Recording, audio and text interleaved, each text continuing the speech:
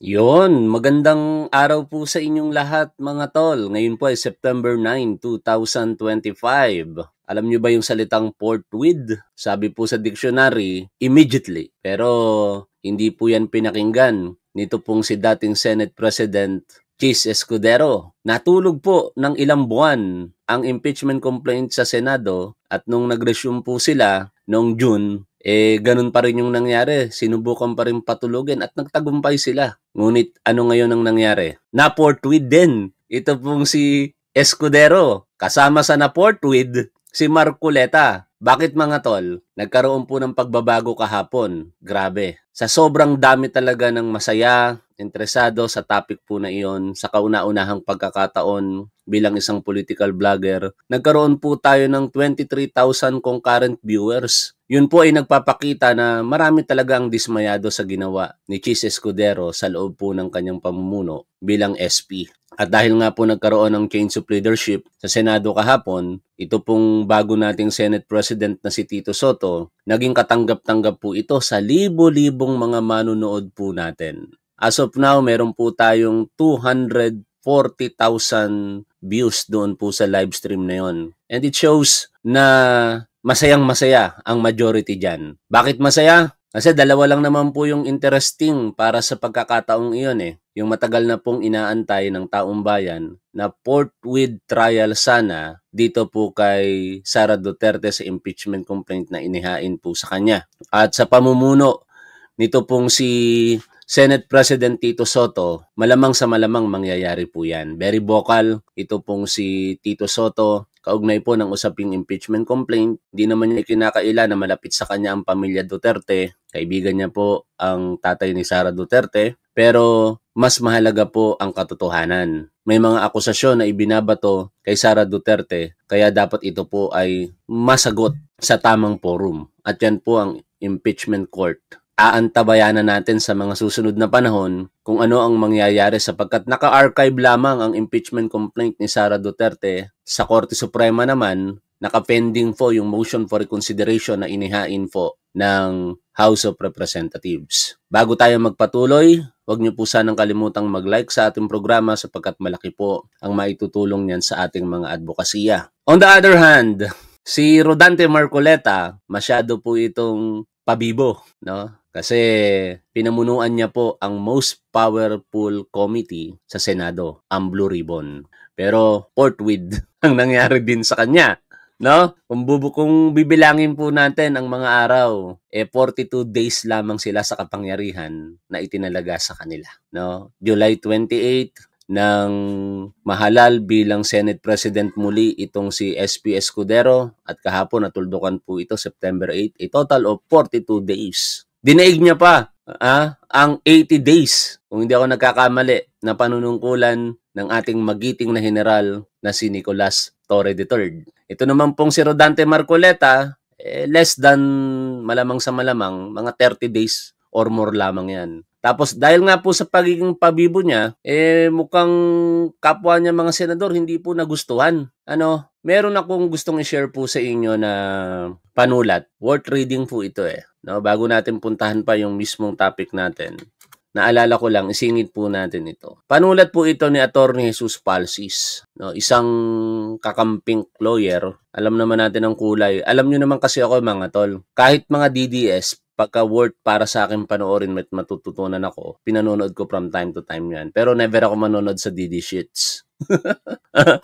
Pagka kakamping or dilaw at may matututunan ako, nanonood po ako. Hindi po kasi sarado ang aking isipan na porket kaiba ko sa paniniwala ay hindi ko na po papanoorin. Kaya nga po sinasabi ko sa inyo rito, huwag po kayong magpa-follow sa akin kung ang dahilan nyo lamang po ay kaisa ko kayo sa paniniwala. Dahil darating po ang punto na maaaring magkaiba po tayo ng paniniwala, magagalit kayo sa akin by then, at baka isumbat nyo pa katulad ng iba yung ginagawa po nila na pagsuporta sa akin. Sana hindi dumating yung punto na sumbatan. After all, our advocacy dito ay makatulong para po ma-educate po natin ang ating mga kababayan sa mga current events at hindi po tayo maging mangmang sa mga bagay-bagay. Ito po ay panulat ni Attorney Jesus Palsis. Actually, hindi kasama ito sa topic natin pero isingit ko lang kung bakit nagkaganito ang sitwasyon kahapon sa kanyang obserbasyon. Hindi ko sinasabing tama siya, pero it is worth reading, no? Nasa sa inyo ang desisyon kung yung pananaw ba ni Attorney Jesus Palsis dito ay tama o hindi. Kasi doon sa latest na post niya, I disagree. Bakit? Kasi parang lumalabas na yung boto daw po ng mga bilyar ay irrelevant na. Dahil as early as morning yesterday, nakakuha na raw po ng 13 boto si Tito Soto, which is, I believe, hindi po accurate. Kasi napakinggan naman po natin ang testimonya ni Senator JB Ejercito kahapon. Siya po ang last na pumirma. Ibig sabihin, kung last na pumirma si JB Ejercito, pang-15 po siya, no? Kung pang-15 po siya, di yung dalawang magkapatid, maaaring pang ika-12 o ika-13 o ika-14. Depende po yun doon sa iba pang mga pumirma. Kaya anyway, tuloy na tayo rito sa aking share na panulat niya. Babasahin ko lamang po. How and why Senator Cheese was ousted as Senate President. Now it can be told. Marcoleta and many DDS senators were clueless about the ouster of Cheese Escudero. Singit ko lang ito. In fact, sabi ni Amy Marcos, di nila alam bakit daw sila naitsapuera, yung Duterte block. Ganun talaga ang sitwasyon, May mga kuditang nangyayari. Kaya nga po ang definition ng kudita, di ba? Is swift attack, stealth. Hindi alam yon. Hindi maaaring magkaroon ng kudita na alam kaagad. Nakudita si SP Escudero karma is real. No? Kasi ganun din yung ginawa nila kay dating SP Mig Subiri. Kaya ang bilis bumaligtad ng panahon. They heard rumblings over the weekend of a coup by the minority led by Tito Soto, but the minority did not have the numbers yet. Soto only secured 13 or more votes today or yesterday around mid-morning of September 8. Note that Riza Ontiveros asked permission to leave from Marcoleta and left the Blue Ribbon Committee hearing around 9:30 in the morning. Ito yung mga oras na natutulog pa ako. Pero nung binalikan ko po yung hearing, ito yung mga oras na pabibo ito pong si Marcoleta at may mga papasabugin na impormasyon. Nandun din po si Congressman Toby Chanco na nagulat din ang lahat kasi naging resource person siya. Pero ang pasabog na I do not know kung scripted ba ay yung pagbasa po ng sworn statement ng Diskaya spouses. Na mamaya, yan talaga yung topic natin at re-reactionan po natin. Tuloy ko po ang pagbasa. She was called into an emergency caucus by the minority where it was revealed that they had secured the votes. Soto and the minority then told Cheese Escudero ay siguro mas maganda kung ipatagalog natin ito kay ChatGPT mga tol para mas maunawaan ng mas marami po nating mga manonood. Translate this in Tagalog. Yan. Okay? Para babasahin ko na lamang at di na kailangan ipaliwanag pa. Patagalog natin. Matayo mabagal na naman ang internet ko. Nako, nakakabit pala ako sa Globe, nakalimutan ko. Sana hindi tayo mawala bigla sa ere. Dapat nag-PLDT ako. Ang sistema kasi dito, pagka nag-upload ako, mabilis sa Globe. Pag naka-live tayo, nawawala yung internet ng Globe. Yun ang problema. Paano at bakit napaalis si Senator Cheese bilang Senate President? Panulat ni Attorney Jesus Palsis, translated ng ChatGPT in Tagalog. Ngayon ay maaari na itong ikwento. Walang kamuwang-muwang sina Marcoleta at marami sa mga DDS senators tungkol sa pagpapatalsik kay Cheese Escudero. Nakarinig sila ng mga bulong noong weekend ukol sa isang coup na pinamumunuan ng minorya sa pangunguna ni Tito Soto pero wala pang sapat na bilang noon. Ngayong Setyembre 8 o kahapon, bandang kalagitnaan ng umaga, nakakuha lamang ng 13 o higit pang boto si Soto. Pansinin, humingi ng pahintulot si Riza Ontiveros kay Marcoleta na umalis sa Blue Ribbon Committee hearing bandang alas 9:30 ng umaga. Tinawag siya sa isang emergency caucus ng minorya kung saan ibinunyag na nakuha na nila ang sapat na boto. Sinabi ni Soto at ng minorya kay Cheese Escudero na may bilang na sila upang mapatalsik siya. Ouch! Ano kayang pakiramdam nun? Ikaw yung dating nagpatalsik, tapos ngayon ikaw yung pinatalsik. Sa patas na paraan, pumayag si Cheese sa maayos na transisyon. Wala naman siya magagawa doon, mga tol. Kaya walang naganap na botohan, walang ibang nominado, at walang tumutol. Kasi alam niyo, kahit ayaw mo, wala kang magagawa. Ang Senate presidency, nakaangkla po yan sa tiwala ng majority. Kaya yung mga nagsasabi ng kanilang argumento, partikular mga DDS, may pasabog. Ang pasabog ay para kay Speaker Martin Romualdez kasi pinangalanan siya na di umano'y kasabwat ng spouses Diskaya, pero ang pinatalsik ang Senate President, hindi ang Speaker. Napakakatangahang argumento po yun. Dapat isipin ng mga argumento, nagbibigay ng argumento na ganyan, na ang Senate presidency, nakaangkla yan sa tiwala ng kapwa senador. Bakit nyo isisisi doon sa scripted, sa paniniwala ng marami, yung pagpapatalsik kay Chis Escudero? Kung meron kayong sisihin dyan, di mga senador. Noong ang mga senador na yan, bumoto pabor para kay Chis Escudero at sa punto ng kampo ni Sara Duterte para sa impeachment complaint niya, ipinagdiriwang nyo sila, di ba? Kaya karma yung nangyari. Umiikot ang panahon. Balik po tayo dito po sa ating binabasa. Habang nagaganap ito yung maganda dito. Talagang very confident si Marcoleta kahapon. Walang kaalam-alam si Marcoleta. Todo siya sa pagtatanong at pamumuno ng Blue Ribbon hearing. Hindi dahil alam niyang mapapalitan at matatanggal din siya, kundi dahil bibo kid lang siya at walang kamalay-malay sa kudita na nagaganap sa labas ng komite. Mga dahilan ng pagpapatalsik kay Chis, 3 pangunahing salik or factors. Una, koneksyon ni Chis sa kontraktor. Ang ugnayan niya sa pangunahing flood control contractor na si Lawrence Lubiano ay nakasira sa reputasyon ng Senado at ng kanyang pamumuno. Paano mo nga ba iimbestigahan ng isang kapwa senador, lalo na kung siya mismo ang Senate President? Idagdag pa rito yung majority floor leader, di ba? Nasasangkot din sa mga alegasyon ng flood control anomalies. Bagamat ito po ay kanyang mariing itinatanggi at nagbabanta pa ng aso sa mga vlogger o kung sino man na ayon sa kanya nagpapakalat daw po ng fake news. Ang tinutukoy po natin, si Senator Joel Villanueva, nababanggitin po dito ni Atty. Jesus Palsis, aka, di po ako nagsabi pero binanggit niya rito, mamaya mababasa natin Boy Dila. Kaya nga ang tanong ko, bakit ba nabansag ang Boy Dila itong si Joel Villanueva? May sumagot doon sa comment section. Kasi, noong impeachment complaint hearing diyan sa Senado, sumenyas daw po ito kay Amy Marcos at parang binigyan ng instructions na tumindig at i-interrupt ang nagsasalita na si Senator Risa Ontiveros at thereafter dumila. Kaya po siya nabansagang di umano'y Boy Dila. Pero syempre, idagdag din natin. Kasi napaka-importante ng mga key positions. Importante na, key positions pa. Pasensya na. Ito pong previous administration sa Senado Senate President Chis Escudero, may anomalies, di umano. Joel Villanueva, ganun din, di umano. Tapos yung Senate President pro tempore, wala rin moral ascendancy. Bakit? Siya mismo kasi naakusahan. At hanggang sa ngayon, though yung iba po doon ay tapos na, pero hanggang sa ngayon, merong pending na graft case pa rin. Ang tinutukoy natin, si Senator Jinggoy, no? Kasi bakit naman yung nag-send ng message sa akin, yun ang pagkakasulat sa pangalan niya Junggoy yung nakalagay doon Senator Jinggoy Estrada, no? Kaya tingin natin dito mga tol, yung leadership on the previous admin ng Senado, parang medyo nawala na talaga ang tiwala ng taong bayan. Siguro yun din ang naging factor para sa mga senador na dapat iangat natin muli ang institusyon na ating kinabibilangan.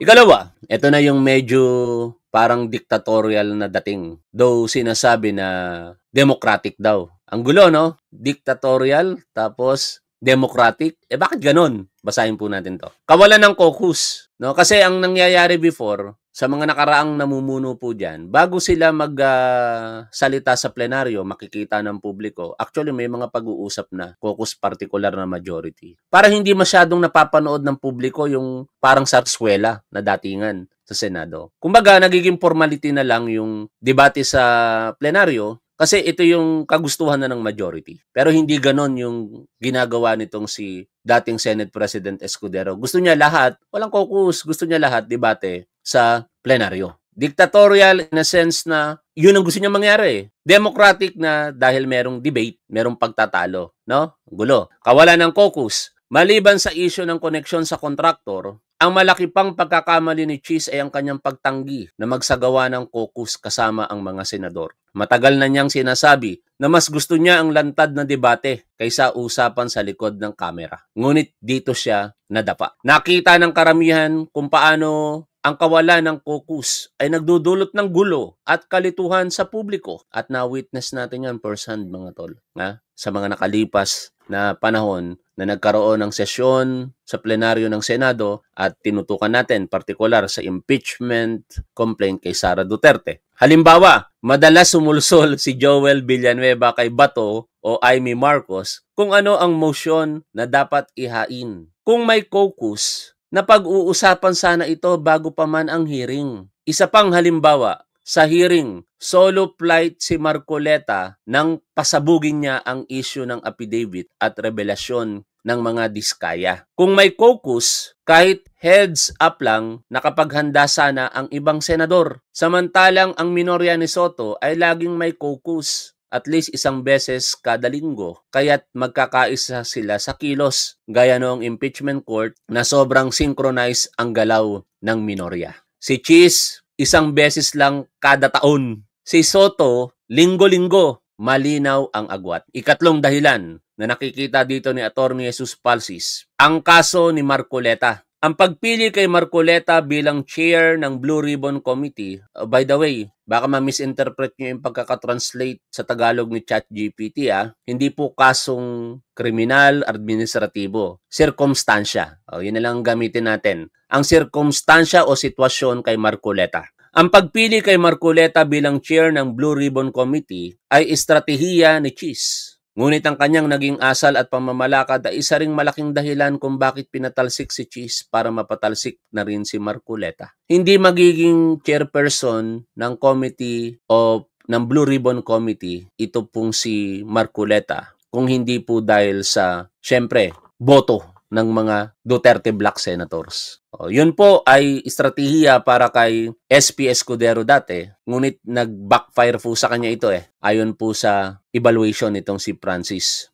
Bakit siya nakapagdulot ng problema sa mga senador? Dahil sa kanyang ugali, hindi madaling pakisamahan, bastos, at tila walang kakayahang pangasiwaan ang iba't ibang personalidad ng mga senador. Magbibiro lang, very offensive ito po yung isa po sa kanyang biro, di ba? Kahit sabihin mong biro lang yon, hindi ko kinakampihan si Senator Jinggoy Estrada, pero hindi magandang biro po ito. Panoorin po ninyo. At 8:39, Senator Erwin Tulfo, who came at 8:39 a.m. this morning. Congratulations. Senator J.B. Ejercito came at 8:40. Senator J.B. Ejercito, the good one. Senator Jinggoy Estrada, the bad one, came at 9:09. Diba? Nagtatawanan sila. Pero alam po ninyo, hindi po magandang biro yan. No? Kasi di naman lingid sa kaalaman ng publiko na sa mga nakalipas na panahon, hindi po maganda ang naging relasyon ng magkapatid. I do not know now. No? Meron akong alam, pero di ko sasabihin. Balik po tayo. Dito po sa binabasa po natin na pagtatagalog ni ChatGPT. Makikita ito sa reklamo ni Rapi Tulfo na hindi siya pantay na tinatrato. That is unfair, sabi ni Senador Rapi Tulfo, di ba? Naalala ninyo, yung nakaraang hearing. Tuloy ko po. At kay Jinggoy Estrada na madalas biruin ng bastos o sarkastiko ni Marcoleta. Ipinakita ko na sa inyo. Kaya nga sabi ni Jinggoy doon sa isang video rin, sa mga senador, tinanong niya si Curly Discaya, may sangkot bang senador? Sagot ni Curly Discaya, wala po. Sabi ni Marcoleta, you are safe now, Senator Jinggoy. Kung mali yung pagkakaalala ko sa wordings na ginamit ko, pasensya na, pero yun po yung punto. Antimano, nag-react si Jinggoy. Seryoso, kahit nakangiti. I resent that statement. 2 beses niyang sinabi. Di ba? Kasi magbibiro ka, pero ang lasting impact nun sa publiko hindi maganda. Lalong-lalo na si Senator Jinggoy, sabi nga natin kanina, walang moral ascendancy dahil siya mismo naimbestigahan before,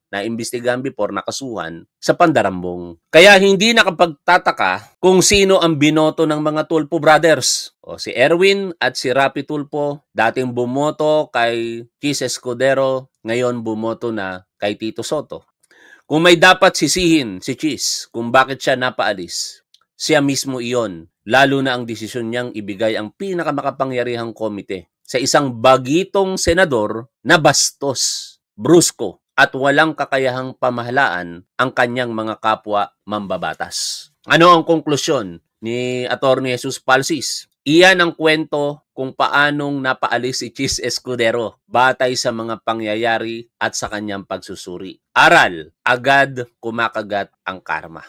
Binasa lamang po natin ang evaluation nito pong si Atty. Jesus Palsis diyan po sa pagkakatanggal kay SP Escudero. At dahil nga po nagkaroon po ng rigudon kahapon diyan po sa Senado, agad pong kumalat ang balita at ako'y nabiktima din ng fake news. Pinost ko pa nga sa aking pag-post, though medyo disappointed ako kasi ang gusto ko talagang maupo sana bilang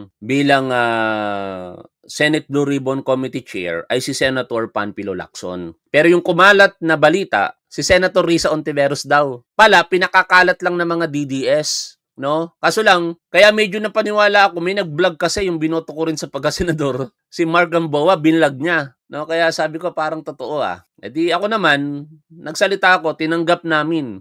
Kasi may mga kumakalat na post ng DDS, di ba? Particular yung Kuryente King. That is unacceptable, sabi nila. Kaya ang response ko lang doon, tinanggap namin si Senator Rodante Marcoleta bilang chairperson ng Senate Blue Ribbon Committee. Silver lining nga sa aking tinuturing yan kasi para sa akin, ayoko kay Marcoleta, kaso lang wala tayong magawa. Check and balance lang ang mangyari. Magbabantayan. Babantayan ni Marcoleta ang House at ang gobyerno po ng ating Pangulo at sigurado nakatitig din naman sa kanila ang administrasyong ito. Kaya check and balance yun. Doon ko po tinitingnan nung mga panahon na I am very disappointed kung bakit ito pong si Rodante Marcoleta ang namuno sa Blue Ribbon Committee. Pero wala tayong magagawa. Tinanggap natin yon dahil wala naman tayong magagawa at pagpipilian. Ngayon, ganoon din kayo mga DDS. Wala kayong magagawa kundi tanggapin si Senator Risa Hontiveros bilang bagong chair ng committee ito. Pero fake news po ako dito na fake news, na biktima po ako ng fake news. Kaya nga sinasabi ko dito, kung ako lamang ang masusunod, mas mananaisin ko sanang si Senator Ping Lacson ang mamuno. Ngunit hindi iyon ang nangyari. Kaya't dapat natin tanggapin ang katotohanan. Pero, ang katotohanan pala, si Senator Risa Hontiveros ay hindi ang chair ng Blue Ribbon Committee. Sino? Si Senator Panfilo Lacson. Kaya na forthwith si Marcoleta. Tanggal siya sa pagiging chairperson ng Blue Ribbon Committee. Yan po ay kinumpirma kagabi ng ating bagong Senate President Tito Soto na napili niya at itatalaga niya bilang chairperson ng Blue Ribbon Committee si Senator Panfilo Lacson. At higit ako masaya dyan. Pero sa kabilang dako, may mga kakamping, syempre, na umaasa na si Senator Risa, sana, ngunit hindi nga nangyari yon. At ang dahilan kung bakit po tinitira ng mga DDS yung posibilidad pala na mamuno nga si Risa sa Blue Ribbon Committee. Kaya binubuhay po nila yung issue na ibinato nila kay Senator Risa Hontiveros. Ano yung issue? PhilHealth Queen daw siya. May corruption daw po sa PhilHealth itong si Rita Hontiveros. Wala talaga akong idea rito. And honestly, pinost ko po ito just to acquire information. Medyo may mga nasasaktang kakamping dito. Sinabihan pa ako, political vlogger ka pa man din, tamad kang mag-research. Ganun talaga Siyempre, hindi ko naman passion basically ang pagre-research. Kung ano lang yung mabasa ko, malalagay sa utak ko. During live stream, walang script. Pag pumasok sa utak ko, katulad ng mga ginawa natin kanina, isasama natin sa ating live stream. And thankful ako kung merong kakamping na magbibigay ng impormasyon dito. At alam nyo ba kung sino pang nagbigay ng impormasyon at nakakuha ng ating atensyon? Salamat si Atty. Reyes Del Rosario. Nag-comment dito sa ating post. At kinapalang ko na mukha. Total, nag-comment siya Sabi ko, baka pwede kita ma-invite. Atty. Reyes sa ating live streaming. Sana mabasa niya at mapagbigyan tayo. Ito po yung kanyang naging reply. Yung Tagalog version na kagad ng basahin natin. Para at least maliwanagan tayo. Ano ba yung issue na yan kay Senator Risa Hontiveros? Ito na naman tayo. Sabi niya, tuwing tumitindig si Senator Risa Hontiveros at nagpapakita ng tapang, may mga taong bumubunot ng lumang fake news para sirain siya. Pero ito ang totoo. Tinatawag siyang PhilHealth Queen hindi dahil nagnakaw siya, kundi dahil matagal na siyang lumalaban para sa kalusugan ng mga Pilipino. Binabasa ko lang ito mga tol, no political attachment. Kilala nyo naman ako, hindi ako supporter ni Senator Risa Ontiveros, to be honest with you. Pero yung mga magagandang ginagawa niya, dapat i-commend. Ganun lang naman kasimple yun eh. Regardless sa ating politics, dapat pagka maganda ginagawa ng isang tao, i-commend natin. Pagka hindi, i-criticize natin kung hindi natin sila kaanib sa ating politika. No, ganun lang kasimple. Ganun din naman ang ginagawa nila. Okay? Siya ang nagtulak ng mental health law, expanded maternity leave law, at mga batas para sa universal health care. Hindi siya ang problema. Isa siya sa mga dahilan kung bakit may konting ginhawa sa sistema. Ayon sa Commission on Audit, ang mga hindi otorisadong bonus na nagkakahalaga ng 163.85 million pesos ay ibinigay noong 2009, 2010 at early 2014. Pumasok lang si Risa sa PhilHealth Board noong November 2014. Ibig sabihin, tapos na ang lahat ng transaksyon bago pa siya dumating. Walang overlap, wala siyang kinalaman. Sinabi na rin ng PhilHealth mismo na hindi siya kasama sa Notice of Disallowance. At noong 2022, nang pinagtibay ng Korte Suprema ang desisyon ng COA, hindi pa rin siya kasama. Kasi nga, wala siyang kasalanan. Bakit siya pilit idinadawit? Kasi isa siya sa iilang senador na tahimik pero totoong nagtatrabaho. Hindi natatakot, may paninindigan at dahil dyan, may mga natatakot sa kanya. Harapin natin ang totoo. May laban si Risa Ontiveros kung tatakbo siya sa mas mataas na posisyon at may ilan na hindi matatanggap yan. Lalong-lalo na mga DDS. Ito ay hindi accountability. Isa itong malinaw na smear campaign gamit ang kasinungalingan. Kaya bago tayo mag-share ng meme o post online, tanungin natin, totoo ba ito o gawa-gawa lang para sirain ang isang leader na may prinsipyo? Ang katotohanan, hindi na dapat pinagdedebatehan. At ang totoo, si Risa Ontiveros ay malinis ang pangalan at matagal nang pinaglalaban ang karapatan ng bawat Juan. O yan po ayon sa paniniwala nitong si Attorney Reyes sa pagkakakilala niya kay Senator Risa Ontiveros. And meron akong isang nabasa na post, hindi ko lang maalala kung sino, pero sinasabi po doon, isa ring kakamping naman yon, na tinarget daw po talaga si Senator Risa Ontiveros ng mga DDS kasi very critical din ito sa panahon ng Duterte administration. At sa aking pagkakaalala, siya po ay sinampahan pa ng kasong kriminal. Naalala niyo yon bago maghalalan? Sinampahan ng paglabag sa anti-wiretapping law, Republic Act 4200, itong si Senator Risa Ontiveros, nang noon ay DOJ Secretary Vitalio Aguirre. Humantong po ito sa korte at nakapagpiyansa itong si Risa Ontiveros. Hindi ko lamang alam kung ano na ngayon ang disposisyon ng kaso na yan, pero kung patuloy po itong dinidinig at hindi pa nadidismiss, nakapiyansa lamang si Senator Risa Ontiveros for that criminal case. Ngayon, punta na po tayo dito talaga sa ating topic, no? SP Tito Soto itatalaga bilang chair ng Blue Ribbon Committee, si Senator Panfilo Lacson, Escudero at Marcoleta na forthwith kasi ito yung mga naging kaganapan kahapon. Balikan po natin ang balita. Ito yung gustong mangyari siguro ni Rodante Marcoleta Ang magalit ang publiko, partikular sa House leadership at syempre may mga tinuturo At sino-sino ba yung mga tinuturo na yon? Pakinggan po natin dito sa balita. Gandang gabi po, Luzon, Visayas at Mindanao. Pinangalan na mag-asawang Diskaya, mga mambabatas, mga taga-DPWH at iba pang opisya na humingi umano ng kickback sa mga hinawakan nilang proyekto. Kabilang sa kanila ang 17 kasalukuyan at dating kongresista. Sabi umano ng karamihan sa kausap nilang taga-DPWH para kay House Speaker Martin Romualdez at ako Bicol Party List Representative Elizalde Co ang pera. Nakatutok live, Maki. Sa gitna nga ng pagkakaipit, sa gitna ng mga issue ng mga questionable flood control projects, ay nagturo na ang mag-asawang Pacifico at Cesara Diskaya sa ikatlong pagdinig ng Senate Blue Ribbon Committee. Sa sinumpang salaysay na isinumite nila sa Senate Blue Ribbon Committee, pinangalanan ng mag-asawang Pacifico at Cesara Diskaya ang 17 dati at kasalukuyang congressman, isang regional director ng DPWH, 5 district engineer ng DPWH, isang isang undersecretary ng DPWH, dating undersecretary sa ilalim ng Office of the President at isang direktor ng Unified Project Management Office. Umani ng samot-saring reaksyon po ito sa publiko. Merong nagsasabi na, ay malinis naman pala ang Duterte administration kasi wala namang may isang kongresista ang binanggit na aligned sa Duterte. Tapos meron din pong kapwa natin PBBM supporter, vlogger, nagsusulat po siya na sinasabi niya, hindi naman daw siya kumakampi sa mga diskaya pero ito daw po ay tama lang kasi ang pinupunto, ang investigasyon ay tumatarget sa Marcos administration lamang dahil yun ang gusto daw, no, ng ating Pangulo. Which is basically sa akin pananaw, mukhang hindi po accurate. Dahil mismong sa pahayag po ng ating Pangulo, noong nagkaroon ng podcast itong si Vicky Morales sa kanya, ay sinambit po doon ng ating Pangulo na napakatagal po na problema na ito ng bansa, dekada na, no? Kaya tingin ko, hindi lamang nakapokus ang ating Pangulo sa investigasyon sa ilalim ng kanyang administrasyon, kung hindi sa ugat mismo ng problema.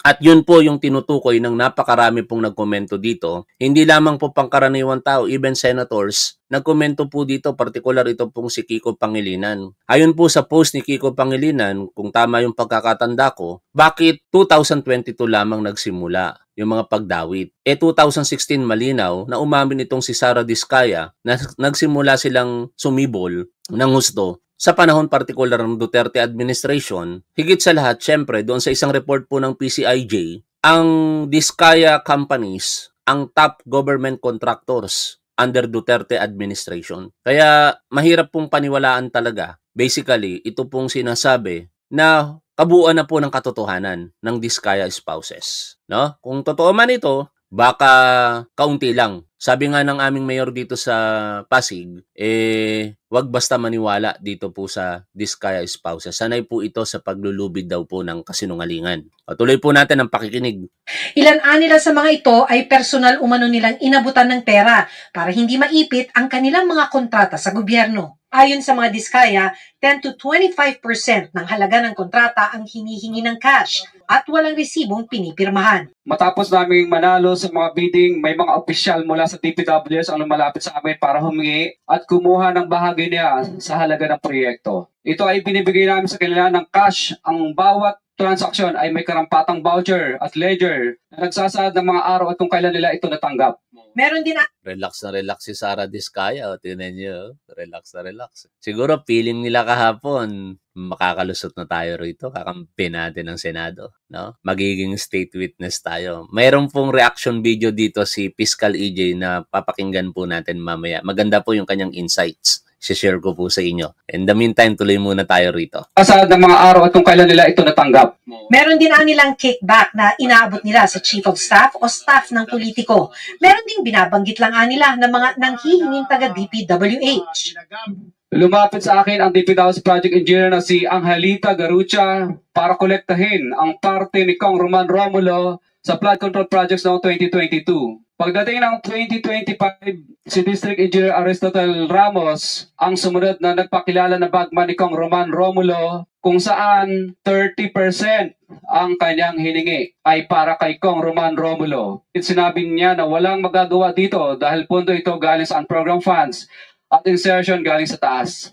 Kaugnay po niyan, di rin ako makapaniwala halos talaga no? Kasi dito sa amin sa Pasig, kilala ang Romulo na may integridad, no? Tapos madadawit sa ganitong uri ng akusasyon. May pahayag po diyan si Congressman Romulo po namin dito sa Pasig. Ito po yung kahapon at ipakita ko na rin sa inyo yung interview po sa kanya kagabi nito pong si Maris Umali. Sabi po ni Congressman Romulo, I strongly deny these malicious and fabricated allegations linking me to anomalous bidding. I was never involved in any bidding nor in selecting contractors for DPWH projects. In this regard, it is quite clear that these accusations are nothing more than an attempt to divert attention, shift blame, and evade accountability for matters properly within their responsibility. Such tactics undermine the integrity of official proceedings and mislead the public with baseless insinuations. I challenge my accusers to present clear and solid evidence. I remain committed to serving Pasig with honesty and integrity, and no amount of black propaganda will stop me from doing my job. Logical thinking ang gamitin natin dito. Ito pong si Congressman Romulo, kakampi po ito ng aming magaling at may integridad, kredibilidad na mayor na si Vico Soto. Isinulong po ni Mayor Vico Soto ang kandidatura ni Congressman Romulo, kaya landslide ang panalo ng kanilang slate dito sa Pasig. Hindi nakaforma ang noon ay kumakandidatong slate nitong si Sara Diskaya. Kaya basically politically motivated ang nangyari po na ito sa aking paniniwala. At ito po ang pahayag nito pong si Congressman Romulo sa pagtatanong ni Maris Umali kagabi. Panoorin po natin ito. Kaya na po natin, totoo po ba ang sinabi ng mag-asawang Diskaya na tumanggap po kayo ng kickback mula sa flood control projects? Hindi po, at ito nga po ang nakakatawa sa lahat. Kung pakinggan niyo po yung kanilang salaysay, ang sinabi pa nga po nila, sa totoo, ito yung sinabi nila na hindi naman nila ako yung sinabi nila sa hearing kahapon raw, ay hindi naman nila ako nakausap, hindi man nila ako nakatext. Hearsay po. Base doon, base sinabi nila, allegedly, sinabi ng ibang tao, ay sinabi na nila na ako yung tumanggap. Kaya sa totoo po, nung una kong narinig, kasi hindi ko po narinig ng live eh. Kasi meron din akong committee meeting at that time eh. Yes. So, marami nag-text sa akin doon, pero sinabi ko lang, kailangan pa rin tapusin dahil sayang rin po yung paksa doon sa committee meeting na yon. So pagkatapos, sinabi nga sa akin sa office ko na yun yung sinabi, in-interview po ako agad eh. Pagka-interview nga sa akin, alam niyo po, yung isang tinanong ka agad sa akin was kung magpa-file raw ako ng kaso. Sa totoo po, no, yung unang reaction ko agad, unang-una, hearsay yun. Pangalawa, lahat ng tao alam naman po na nakalaban namin sila dito sa politika. Pangatlo, alam rin po ng lahat na hanggang ngayon hindi naman sila tinitigilan ng City Hall namin. So talagang, para sa akin, all the ingredients to say na talagang walang pasehan yung pinagsasabi nila ay ando doon. At sa totoo po, Maris, kung iisipin po, common sense lang po talaga eh. But again, be that as it may, talagang ito, nandito tayo. So again, masabi ko lang po talaga sa inyo, hindi po totoo yan. Alright, nabanggit nyo na po na kalaban kayo sa politika. Sa tingin nyo po ba ito yung dahilan o meron pa po kayong ibang nakikitang dahilan kung bakit kayo sinasangkot ng mga Diskaya? At may pagkakataon po bang, gaya na sinabi nyo, no, hindi pa kayo nagkikita, hindi pa kayo nagkaka-text man lang, ano po kaya ang dahilan nito? Well, hindi lang naman doon sa politika, pero after that, sa totoo naman po, ang City Hall namin, maliwanag naman ang sinasabi nila na meron talagang unpaid taxes sa kakapulin po nila. Kaya doon pa lamang ay sure ko na kahit pa paano, kasi hindi po yun eh. Isama niyo pa yung punto niya na hindi ako nakausap, hindi man ako nakatext. Talagang magkalabang kami sa politika. Parang hindi naman po talaga common sense lang po. Marisa, pasensya na pero gusto ko rin po mabanggit ito. Simula pa hanggang ngayon, never po ako nakailang sa bidding, never endorso, never rin ako nag-ban ng kontratista. Ang totoo po niyan, kahapon yung mga interview ko, yung mga una po, totoo, hindi ko pa nakakausap si Vico noon. Pero kagabi, tumawag naman po siya sa akin. Alam mo, kasi nasabi mo nga na hindi kami nag-usap. Pero para maliwanag po tayo, wala po ako talaga natapos. May mga flood control projects po ba sa Pasig at sino po ang contractor kung sakasakali? Yes. Alam niyo po sa totoo, dahil nga sa mga issue na ito, nag-check ko naman po ako talaga. Una po, meron kasi dyan yung sa amin sa Barangay Santalo. At unahin ko na muna itong Marisa. Go ahead, sir. Nag-check ako, walang ghost project sa lungsod ng Pasig. Kaya again po, magtataka ka bakit yung pa yung binanggit kahapon na dito nga walang ghost project. Pangalawa, yung isang malaking proyekto dito ay dun sa Bully Creek po namin sa Barangay Santa Lucia. Ang totoo po niyan, yun po yung nabaha during Ondoy. Kaya right after Ondoy po, yung isang subdivision doon, yung HOA, tinawagan na po ako nung panahon pa lang po na yun. Sinabi nila sa akin na meron silang meeting. That time, ang magiging after 2010 na to, ang secretary ng DPWH ay si Secretary Simpson. Ang sabi ko pa nga, meron na po kayong meeting, gusto niyo pa ba ako sumama? Sabi nila, bilang congressman, sumama ako. Sa totoo. Anyway, in short mga tol, malinaw na pamumulitika po yung ginawa nito pong Diskaya dito po sa kongresista namin dito sa Pasig. Ang linaw naman kasi talaga, nakalaban po sa politika. In fact, yung nakalaban nga po nitong si Congressman Romulo, ewan ko kung na-disqualify siya ng Commission on Elections, di ko na matandaan dahil po sa kanyang mga bastos na komento. Particular doon po sa mga single mom, kung naalala po ninyo yon, na pwede daw pong sumiping sa kanya once a year. Yun po yung biro nung nakalaban niya pong kongresista dito sa amin. Nakakampi ng mga diskaya. Anyway, balik po tayo dito po sa balitang una po nating pinapakinggan.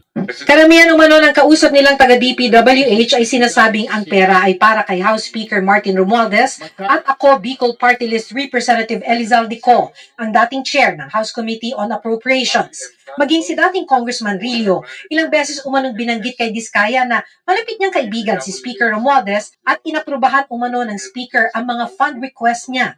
At kaugnay po niyan, basahin po natin ang mga pagtanggi ng napakaraming kongresista na yan na binanggit po nito pong spouses Diskaya. Sabi po dito sa shared post ng Situation Reports Post, ang sagot ng mga pinangalanan, basahin, naglabas ng kanya-kanyang pahayag ng pagtanggi ang mga mambabatas na pinangalanan ng mag-asawang kontraktor na Curly at Sara Diskaya sa pagdinig ng Senado na nag-iimbestiga sa mga maanumalyang flood control projects. Sinabi ng mga Diskaya kanina na ang mga sumusunod ay humingi umano ng porsyento para sa pagpapatuloy ng mga flood control project. 18 pangalan ang binanggit ng mga Diskaya kanina o kahapon na sina Caloocan Representative Dean Asistio, Pasig City Representative Roman Romulo, napakinggan na po natin, Occidental Mindoro Representative Leo D. Tariela, dating Laguna Port District Benjamin Agarao Jr., Quezon City 1st District Representative Arjo Atayde, nagulat din ako dito, asawa ito ni Maine Mendoza. Quezon City 6th District Representative Marivic Copilar, Marikina 1st District Mercy Teodoro, Quezon 3rd District Renante Arrogancia, Romblon Representative Eleandro Jesus Madrona, Quezon City 5th District Representative PM Vargas, San Jose del Monte, Bulacan, Representative Florida Robes, Uswag Ilonggo Party List Jojo Ang, Aga Party List Representative Nicanor Briones, dating Congressman Florencio Gabriel Noel, dating Congressman Teodorico Haresco Jr., dating Congressman Antonieta Iudela, Quezon City 4th District Representative Marvin Rillo, dating Undersecretary of the Office of the Presidential Assistant for the Visayas, Terence Calatrava. At ito po ang kanila pong mga pagtanggi. Basahin po natin isa-isa for the record. Si Congressman Asistio, mariin nating itinatanggi ang alegasyon na tayo po ay tumanggap ng anumang halaga ng pera mula sa mag-asawang Diskaya. Walang ghost project sa distritong aking nasasakupan. Ayon sa datos ng DPWH, nagkaroon ng proyekto ang mga Diskaya na siyang makikita sa distritong aking pinaglilingkuran. Sa execution ng mga proyekto, bukod tanging DPWH lamang ang nangangasiwa pagdating sa assessment at awarding ng proyekto sa mga kontratista na naaayon sa public bidding process. Sinisigurado ko na papanagutin ko ang mag-asawang Diskaya sa kanilang mapanira at malisyosong mga paratang. Mr. at Mrs. Diskaya, magkikita tayo sa korte. Ayon po yan kay Congressman Asistio. At ayon naman kay Congressman Tariela, mariin po nating pinabubulaanan ang mga naging pahayag ni Mr. Pacifico Diskaya sa mga isinagawang pagdinig sa Senate Blue Ribbon Committee na nag-uugnay sa atin sa mga maanumalyang flood control projects. Wala po akong tinatanggap na anumang pera o pabor mula kay Mr. Diskaya. Ang pagpapatupad ng mga proyektong pang-infrastruktura ng pamahalaan ay tungkulin lamang ng Department of Public Works and Highways. Hindi natin alam at wala tayong kinalaman sa anumang proseso nito. Bilang kinatawan sa Kongreso, ang tungkulin lang natin ay magpanukala ng mga proyektong lokal na hinihiling ng bawat barangay o bayan para maisama sa General Appropriations Act. Ang pagtukoy at pagpapapundo ng malalaking national government projects tulad ng flood control ay trabaho ng DPWH, Regional o National Office at hindi ng mga congressman, ayon po kay Congressman Tariela. Ayon naman po kay Congressman Agarao, I categorically deny the allegations of the spouses Diskaya that I asked money from them in exchange for projects in my district in Laguna. Hindi po yan totoo. Wala po silang proyekto sa aking distrito. I am consulting my lawyers. I will sue them for libel and perjury. Hindi ko hahayaan na sirain nila ng ganun lang ang pangalan at reputasyon ko na iningatan ko ng mahabang panahon. Dalawa na ang nagbanta ng kaso sa Diskaya spouses ha. Ikatlo, ayon po kay Congressman Atayde, asawa ni Maine Mendoza, I categorically deny the allegation that I benefited from any contractor. I have never dealt with them. Hindi totoo ang mga akusasyon na ito. I have never used my position for personal gain, and I never will. I will avail of all remedies under the law to clear my name and hold accountable those who spread these falsehoods. Tatlo na. Ayon po kay Congressman Vargas, 100% not true. Ano kaya ang motibo nila? Walang project ang mga Diskaya sa district natin kailanman. Zero. This is confirmed and certified. I will file a case against them for this blatant lie. My track record speaks for itself. 4 na. Ayon kay Congressman ko Pilar, mukhang may political agenda ang pagdawit sa pangalan ko. Tama ba ang listahan na Diskaya? My track record in public service can speak for itself. I have never been charged nor been involved with any corruption. I will not allow myself nor the constituents I represent to be dragged into the mud by individuals peddling lies for their own selfish agenda. I will continue to serve my constituents faithfully, and I will never be intimidated nor silenced by malicious attack. Mula noong kagawad ako, kapitan ng barangay, naging konsehal, at ngayon na congresswoman, mamamatay siya na maninindigan sa marangal na paglilingkod na ang buwis ng tao ibinabalik sa tao. Hindi ko binasa niya ako eh. Ayan po, ayon kay Congressman Marivic Pilar.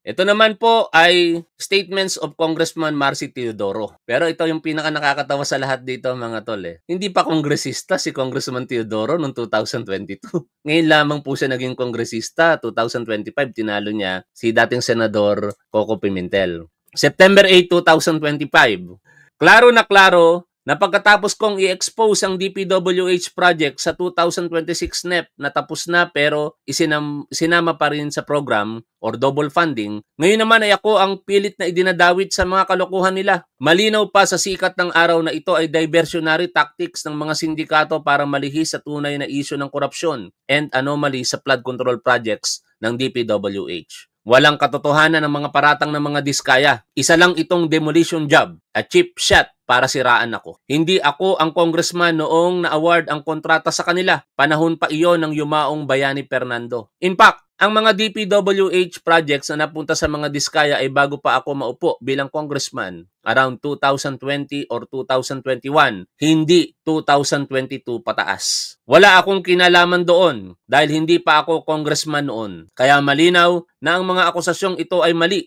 malisyoso at walang ibang layunin kundi sirain ang pangalan ko at ang tiwala ng mga taga Marikina sa akin. Never akong humingi o tumanggap ng pera, pabor o anumang benepisyo o kapalit ng political influence o legislative action. With this, I am now contemplating on filing charges against the Diskayas for lying and for trying to besmirch my good reputation. Panglima. Panglima na yan, Diskaya spouses. With this, I am planning to file perjury dahil may false testimony sila in a legislative hearing and perjury dahil they are under oath. Ang track record ko bilang public servant ay malinaw na patunay na trabaho at integridad ko. Hindi ko hahayaang sirain ito ng kasinungalingan. Hinihikayat ko ang publiko na maging mapanuri sa disinformation at tanungin ang motibo ng mga nagpapakalat nito. Handa akong makipagtulungan sa anumang patas at transparent na investigasyon para patunayan ang aking pagiging inosente. Sa aking mga kababayan, maniwala kayo, tuloy-tuloy ang aking commitment na maglingkod ng tapat at may dedikasyon. Pahayag po ni Congressman Marcy Teodoro. Ito naman po ang pahayag ni Congressman Arrogancia. Mariin ko po itong itinatanggi at pinabubulaanan ang mga alegasyon na ipinupukol laban sa akin ng mga Diskaya sa kanilang pahayag noong ika-6 ng September 2025 at kahapon ng umaga sa Senate Blue Ribbon Committee. Samantala, nakikipag-ugnayan na ang aking tanggapan sa aking mga abogado upang linisin ang aking pangalan laban sa walang batayang akusasyon sa akin. Pang-anim, problema lalo ang hinaharap nitong mga Diskaya eh. 6 na malamang sa malamang, malamang libel and perjury. Ito naman po ay pahayag ni Congressman Eleandro Jesus Madrona. I strongly deny the statement of Diskaya. To my recollection, wala akong project sa kanya. So anong basihan ng sinabi niyang pagbigay niya sa akin? I heard he bidded on projects sa aming budget sa Romblon pero I have no hand and knowledge on how he pays those involved. Okay? Next, ito naman po ay pahayag ni Congressman or Mayor Florida P. Robes. kung sino man gumamit ng pangalan ko, mangilabot naman kayo. Former lawmaker, now City Mayor of San Jose del Monte, Bulacan, Florida, Robes, called out the statement of Curly Discaya regarding her alleged involvement with the contractors of flood control projects. Kitang-kita naman ng marami kung gaano nakaganda ang San Jose del Monte ngayon. Walang ghost project dito at pang world class ang aming mga infrastructure. Mayor Robes will file a libel case against Discaya, pang-7. Ito naman po ay kay Congressman Jojo Ang. I strongly and categorically deny the baseless accusation linking me to alleged corrupt practices and illegal acts. The ongoing flood control investigation is a serious matter. I am totally surprised that my name has been mentioned. It is unfortunate that some interested parties have chosen to resort to name-dragging for their personal agenda. It is a convenient distraction from the real issues. I urge the public to be circumspect and to remain focused on the facts. I denounce all types of corruption that prejudices not just the government but undermines the trust reposed to us by the Filipino people. I am one with the people in exacting accountability from those responsible for robbing our people of their hard-earned taxes and eroding the integrity of our institutions. We should all be guided by the truth and the rule of law. Then and now, I have adhered to my mandate to serve the people and the sector I represent with integrity. My actions have been and will always be guided by commitment to fulfill that trust. Next is by Congressman Marvin Rillo. I categorically deny the allegation or any insinuation that I engage in influence peddling or corruption. I consistently adhered to the highest standards of integrity and accountability in the performance of my duties as a public servant. I unequivocally deny the malicious accusations made by the Discayas. Hindi ko kailanman ginamit, pinahiram, o inangkin ang pangalan ni Speaker Martin Romualdez. It is both deplorable and unacceptable that my name and even the name of the Speaker has been carelessly and maliciously dragged into this falsehood. Hindi ko hahayaang dungisan ng kasinungalingan ang dangal na itinayo ko sa aking paglilingkod. While I recognize that public officials are often the subject of scrutiny, I have always exercised transparency and responsibility in all of my official actions. I therefore urge the public to be discerning against unfounded claims meant to cast doubt on my integrity as a public official. I will exhaust every legal remedy available to protect my name, clear the Speaker's good name, and hold accountable those who attempt to destroy reputations with unfounded claims. The truth will prevail. Pang-8. Ito naman po ay statement,